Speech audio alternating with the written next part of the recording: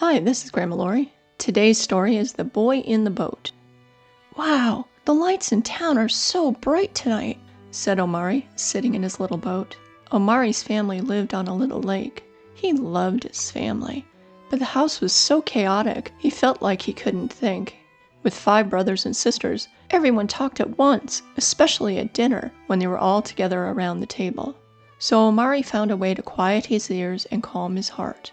His dad had a small boat on the lake. Omari would take the boat out at night, after the dishes were done and everyone was on their own. The boat was too small to go very far, so Dad didn't mind if Omari just went a little way out. "Dad, is it okay if I take the boat out?" Omari asked after dinner. "Sure, just don't go too far. It's almost time for bed," Dad replied. Omari ran out of the house toward the little pier. There was his boat, his haven away from all the noise. As he climbed into the boat, he thought to himself, quiet at last. Omari rowed a little bit away from the pier, but the lights from town were too bright for him to see the moon and stars well. Omari rowed a little further out, until darkness was all around him, lit only by stars and a big full moon. He put the oars into the boat and just drifted. "Mr. Moon," he said to the moon, "what am I going to do?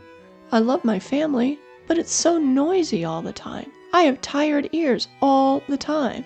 The stars in the sky twinkled as if to say, "It's okay. Just come out here. We understand." Omari looked at the thousands of stars in the sky and thought, it must be pretty busy up there in the sky with all those stars. It's like home. Someone always there hanging around. Just then, a fish popped out of the water.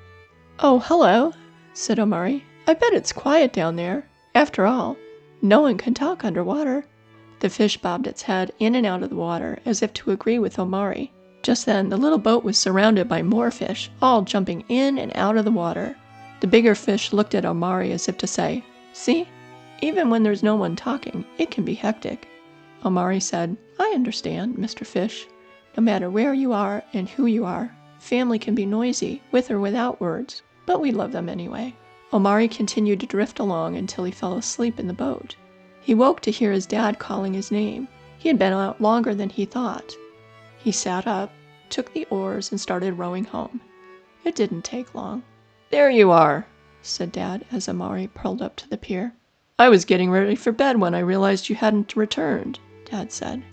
"I was learning from the moon, the stars, and the fish," was Omari's reply. "Let's walk back home, and you can tell me what you learned," said Dad, hugging Omari and holding his hand. "Dad?" asked Omari. "Yes?" Dad replied. "I'm grateful for our family even if they are noisy," said Omari. "Everyone has a noisy family, even the fish and the stars." This has been Grandma Laurie. Thank you so much for joining me. I hope you enjoyed this story. Check out the link in the description box for the illustrations that go along with it.